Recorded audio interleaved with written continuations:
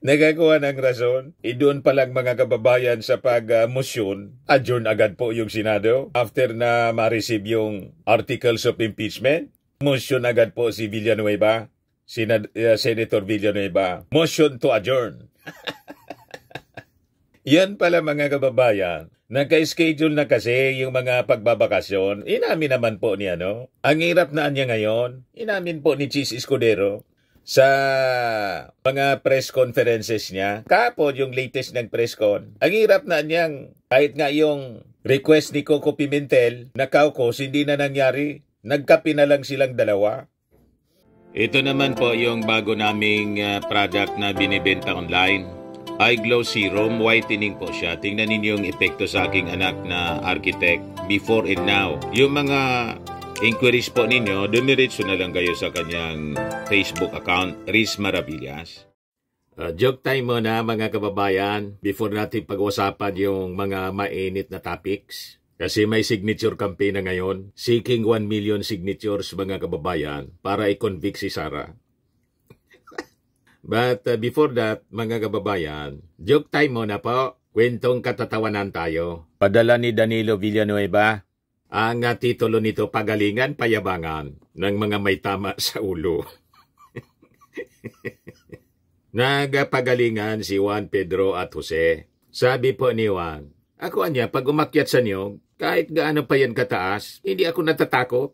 Sabi ni Pedro, ako anya, kahit matataas pang building, hindi ako natatakot. Biglang sumabat si Jose kasi yung dalawa si Juan kasi Pedro nagpapayabangan. Hindi natatakot at magaling daw silang umakyat. Sabi ni Jose, ako anya, kahit sa ilaw ng flashlight, kaya kong akyatin kahit gaano kataas. Nalampasan po yung yabang ng dalawa. Sabi ni Juan kasi Pedro, ang yabangan niya nito. Ang yabang nitong si Jose, ilaw ng flashlight, kaya niyang akyatin. Sige nga niya, challenge po. Subukan mo kung totoo ang sinasabi mo. Sabi ni Jose, ano anya ako tanga? Kung pag inakyat ko yung ilaw ng flashlight, pagdating ko doon sa dulo, pinatay mo yung flashlight, di nahulog ako.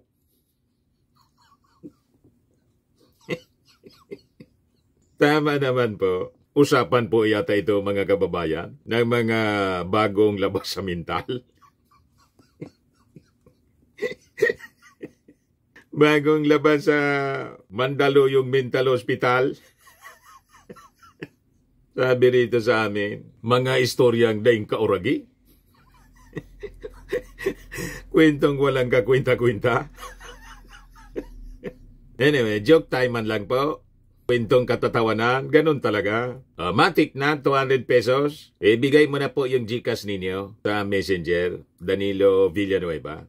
Ito na siya. Kasama ka na sa sa monthly raffle draw. 5,000 yung price. Yan dito na tayo sa matinong usapan. Inis na po yung ating mga mamamayang Filipino sa masyadong pag-delay dito po sa impeachment trial laban kay Sara Duterte. Kaya po ang plano nila ay mag-collect ng 1 million signatures po. Monthly. Doon ang target nila. For 1 month, 1 million. Kung 2 months, 2 million ang target nila. Kung hindi pa, ma-pressure si Chis Escudero at yung mga senador kasi mas inuna yung pamamasyal sa ibang bansa. Laging una po ang sarili. Kaysa sa trabaho nila, mandato mula sa ating konstitusyon. Kaya ito na po ang gagawin ng grupo. Yan Group to seek 1 million signatures monthly for BP Sara's impeachment conviction. Ang gusto nila pati, mga kababayan, conviction. Kasi sa kanilang paningin, talaga pong napakalaki ng kasalanang nagawa ni Sara Duterte. Ka-convict. Diga niya, Mr. Maravillas, ano ang tingin mo? Talagang ka-convict? Malinaw naman po, mga kababayan, yung kanyang mga ginawa. Yun lang na pagbabanta sa ating Pangulo, ka-convict. Walang lusot, mga kababayan. Pag lumusot siya dito sa unang articles of impeachment, ang dapat makonvict yung mga senador. Yun ang tanggalin natin. Di ba? Kung hindi mangyari ngayong midterm election, sa mga susunod na election po, may ibang araw. Sabi nga mga kababayan, there is always time for everything. Time for reckoning. Di ba pa? Pag hindi ninyo kinonvict si Sara Duterte, tinanggal si Sara Duterte, di kayo yung tanggal. Di ba? Ganon lang yan. At mag-iintay ang ating mga mamamayang Filipino ng tamang panahon. Hindi man kailangang umalsa. Kaya nga po ito, idadaan nila sa signature campaign to increase pressures dito sa mga senador, mga kababayan, na sige pa ang patumpik-tumpik. At tinuturo po yung Kongres kung bakit daw inupuan ng Kongres pagkatapos sila minamadali. Nagakuha ng rason, doon pa lang mga kababayan sa pag-motion, adjourn agad po yung Senado. After na ma-receive yung articles of impeachment, motion agad po si Villanueva, Senator Villanueva, motion to adjourn. Yan pala mga kababayan, naka-schedule na kasi yung mga pagbabakasyon. Inamin naman po ni Ang hirap na niya ngayon, inamin po ni Chis Escudero, sa mga press conferences niya. Kapon yung latest ng press con. Ang hirap na niyang, kahit nga yung request ni Coco Pimentel na kaukos, hindi na nangyari. Nagkapi na lang silang dalawa.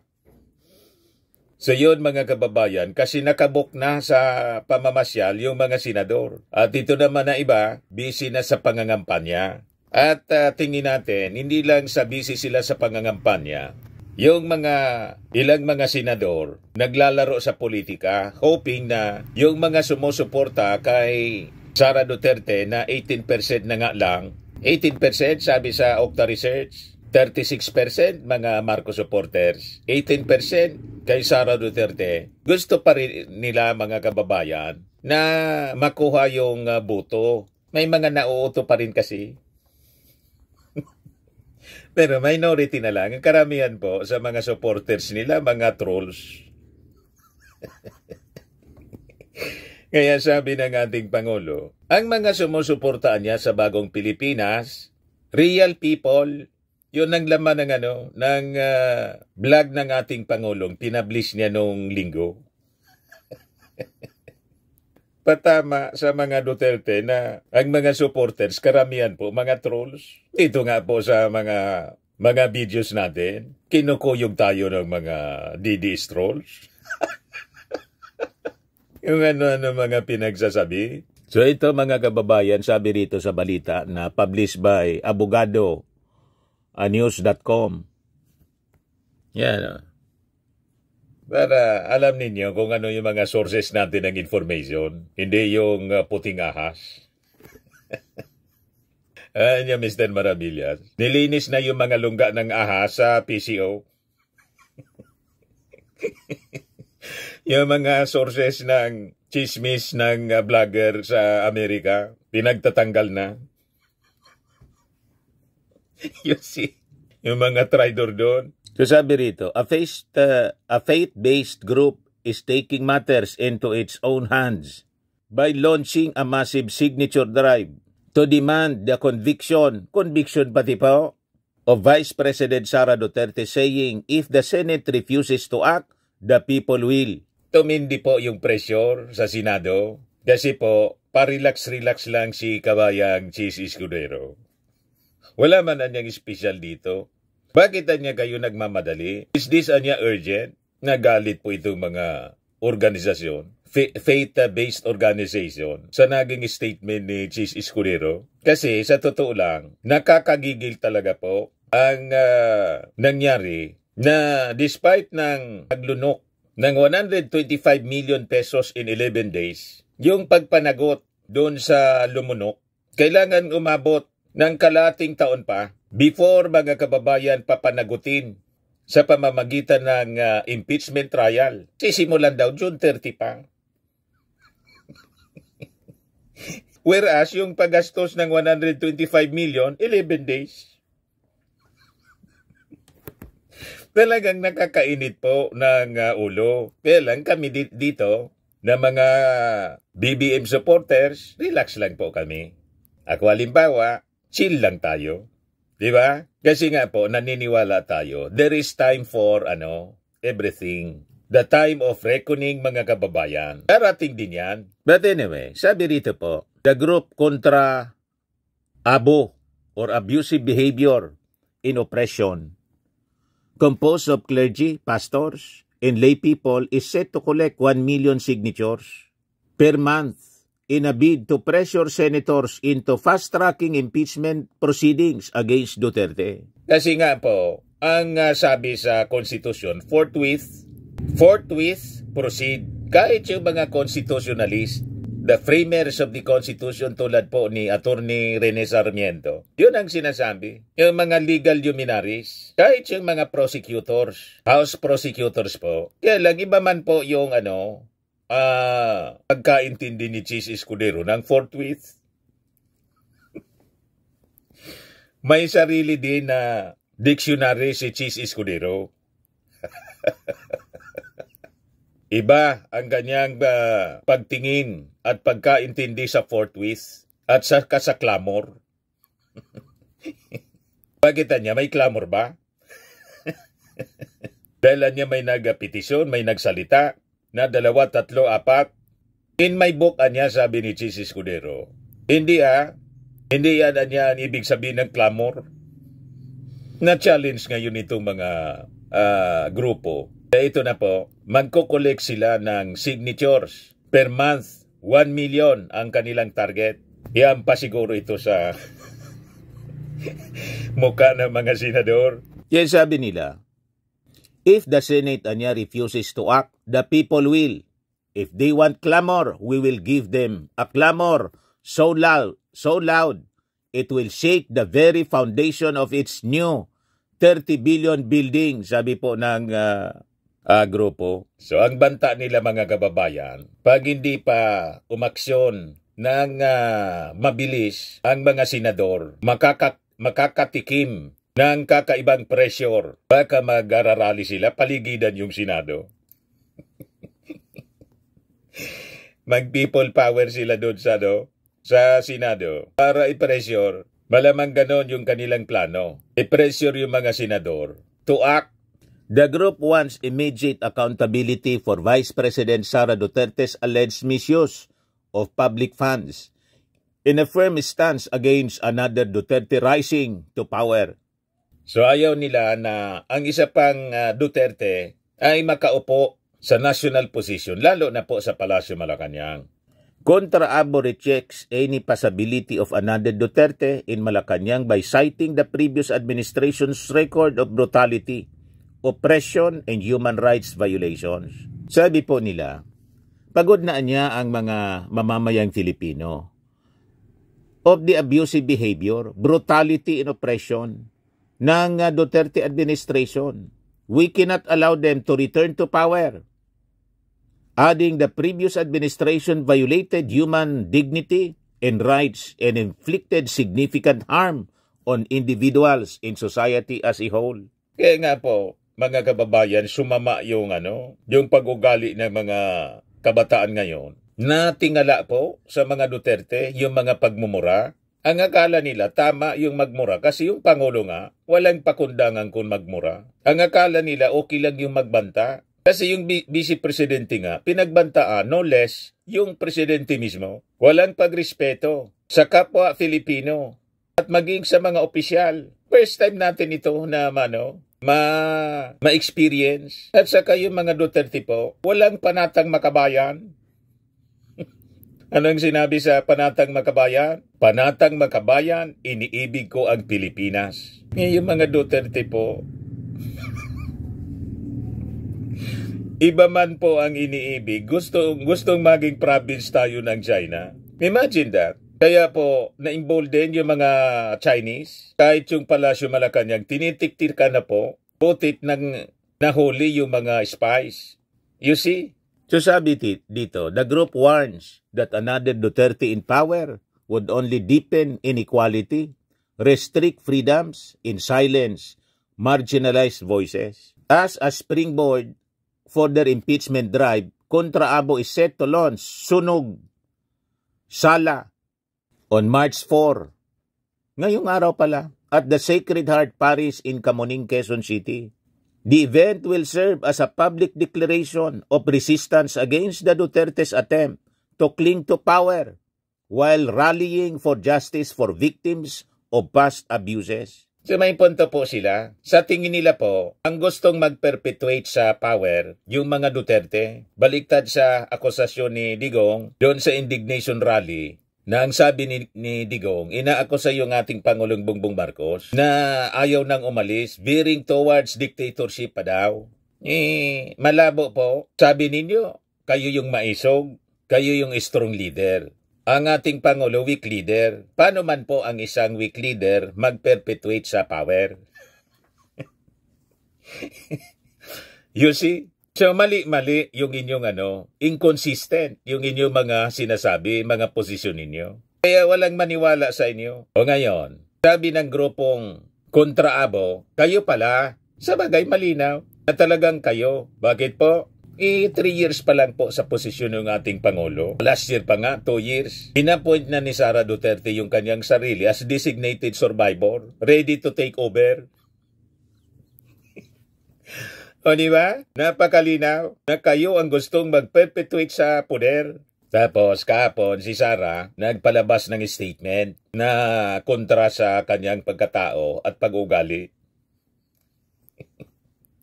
Ano niya, Mr. Maravillas, na statement na naman ni Sara? Siguro napanood na ninyo. Yan sabi dito, impeach BP Sara. Duterte extends Ramadan greetings, calls for prayers for peace. May panawagan kapag nalalaman for peace. Sino man ang maniwala sa panawagan po ninyo, Sara Duterte, para sa katahimikan, na yung pamilya mo, ikaw mismo, kayo ang nanggugulo, promotor ng kaguluhan, destabilization, di ba? Pagkatapos, nanawagan ka sa mga Muslim, malamang tumaas lang yung kilay ng ating mga kapatid na Muslim.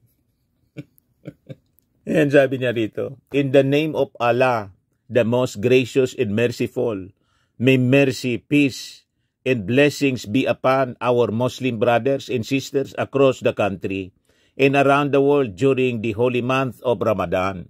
She emphasized the values of sacrifice and obedience as essential to spiritual enlightenment and urged the Muslim community to pray for peace and forgiveness amid personal and national challenges. Obedience? Hindi ka nga sumusunod sa ating Pangulong Bongbong Marcos ng mag-memorandum sa lahat ng mga agencies na kantahin yung Bagong Pilipinas. Bagong Pilipinas hymn at saka yung Bagong Pilipinas panunumpa para sa Bagong Pilipinas, pati yung logo. Hindi ka nga gumagamit. Tapos you are preaching obedience. Di ba? Tapos you preach peace and forgiveness. Patawarin mo muna yung sarili mo. Kasi ikaw po ang nagkasala sa mga mamamayang Filipino para maniwala sa iyo yung mga Muslim. Tama? Sabi niya dito, may the spirit of Ramadan guide your prayers and reflections while we look forward with profound hope and optimism to an inclusive and dignified future for every Filipino. Ayan po si Sara Duterte. At baliktad yung sinasabi. Baliktad sa kanyang ginagawa. Yung sinasabi niya, hindi man niya kayang gawin. In-urge niya yung mga Muslim na maging obedient, mag-forgive. Pero siya hindi marunong mag-forgive. Gusto niyang magkaroon ng peace. Pero yung kanyang isipan, ang gulo-gulo. Na nagmanifest mga kababayan sa kanyang mga aksyon at pananalita. She lacks moral ascendancy and credibility, so to speak. Di ba? Unahin mo muna, Sara Duterte, ang sarili mo. Ayusin mo muna yung sarili mo before na i-urge mo yung iba, nawagan ka sa iba ng katahimikan at pagpapatawad, gawin mo muna yon sa sarili mo. Baka maniwala pa kami. Pero anya, Mr. Maravillas, bakit ganito ang mga ginagawa ni Sara? Ako, ang analysis ko po, ginagawa niya ito for damage control para pagtakpan mga kababayan yung mga past actions niya na napakasama. I-presko pa sa isipan mga kababayan yung kanyang pagwawala. Hindi ba? Yung kanyang pagmumura, pagbabanta, pagwawala, priskong-prisko pa. Gusto niyang pagtakpan at makalimutan sa pamamagitan ng mga mensahe at pangiti-ngiti habang binabasa niya yung mga mensaheng gawa ng kanyang mga staff. Ayan. Huwag kami, Sara Duterte. At itong ating programa, mga kababayan, atid sa inyo nitong ating mga sponsors. Firmax Firming and Lifting Cream. Pinapay po sa mga pulses in affected area. Mainam po ito sa mga pains at paninigas ng mga kaso-kasuan. Ito sa mukha naman yung application, anti-aging, Automax po siya. Ito ay Glow 60 mga kababayan. Whitening po siya. Made in South Korea. Ito naman po, Ningxia Red Mix Fruit Drink. Gawa po siya sa goji berry. May anti-cancer properties po siya. At sa mga naghanap po ng malinis and spacious fitness gym, pumunta lang po kayo sa aming Colossal Fitness Gym. May Grab car rental din po kami. At bills payment po sa aming office. At saka sa mga mahilig po sa mga imported bags, manood po kayo sa live selling ni Madam Aileen Rosales sa kanyang Aileen Closet po. Pati mga shoes, ito yung kanya po. Ito yung kanyang page. Kita ninyo, napakagandang mga online selling po siya. Si Madam Aileen Rosales. Cellphone number niya po, 773-798-7816.